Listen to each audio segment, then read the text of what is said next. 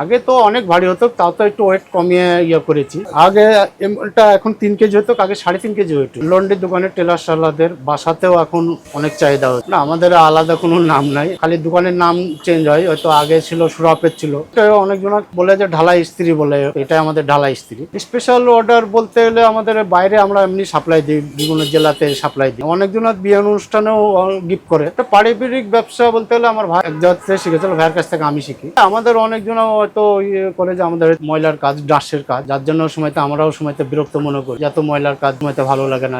প্রত্যেকটা ব্যবসা ছেড়ে তো অন্য কিছু করতে পারা যায়। যতদিন আমার আল্লাহ হাত দিয়েছে আমি ধরে রাখবো। বলে একটা ইস্ত্রি বানাতে অনেক সময় লাগে, এটা করে তো করা যায় না। একসাথে দেখা যাচ্ছে যে আমরা 20টা-25টা মাল ধরে তারপরে একসাথে ফিনিশিং। এবারে যে দেখা যাচ্ছে যে সপ্তাহ ধরে একা হাতে দেখা যাচ্ছে যে 40টা মাল করা যায়। এটা আমাদের ঢালাই লোহা, এটা যত্ন করলে কালারটা ভালো থাকবে, নাহলে আস্তে আস্তে কালার ডিসকালার হবে। ডিজাইন আমাদের একটাই, এখন আপাতত চেষ্টায় আছে যে একটু হ্যান্ডেলটার পরিবর্তন করার। এখন ওটা এখনো আয়ত্তের ভিতরে আনতে পারছি। এটা প্লাস্টিক হ্যান্ডেল করার চিন্তা ভাবনা। পেশা যেহেতু বেছে নিয়েছে, এটা পরে তার অন্য কোনো পেশা তৈরি করতে পারি। আগে থেকে একটু ব্যবসা থাকে যে দর্জিওয়ালারা আমাদের ব্যাপক চাহিদা করে।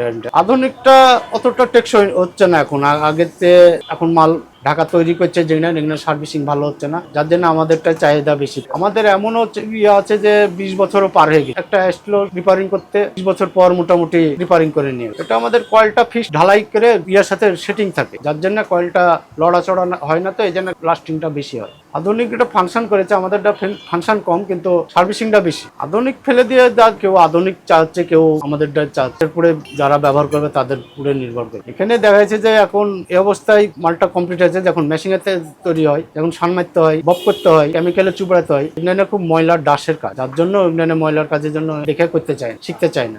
আমাদের বাংলাদেশেই তৈরি হয়। আগে আসতো পাকিস্তান থেকে, একটা আগে এই সময়তে পিলটে পাকিস্তানের স্ত্রী আসতো। দেশের বাইরে যারা কারিগর, যারা আমাদের স্ত্রী দিয়ে ব্যবহার করে হচ্ছে, তারা নিয়ে যায়, বাইরে নিয়ে যায় কাজ ব্যবহার করে। ফিটিং করতে দেওয়া হয়েছে যে অনেক সময় লাগে। এটা 20টা মাল ফিটিং করতে হয়তো ঘন্টা 3 সময় লাগে কমপ্লিট করতে। কাস্টমার আসে যারা ব্যবহার করে, দিন পর আসে, ওরা ঘুমাইছে যে আপনি স্ত্রীর সার্ভিসিং ভালো পাই, তো সবসময় এই পেশায় আমাদের সম্মান। তারা ব্যবহার করতে, তার মেয়ে হয়তো বড় হয়েছে, এই ফ্যামিলি হয়েছে, তাদেরকে নিয়ে যায় দিচ্ছে, এবং করে আমাদের বহু প্রচার। অনেকজন পুরস্কার হিসাবে নিয়ে যায় দেয়। রাজশাহী শহরে 4টা কারখানা ছিল, এখন কারখানা হয়েছে 2টে। বয়স হয়ে গেছে, মারা গেছে কারখানাও।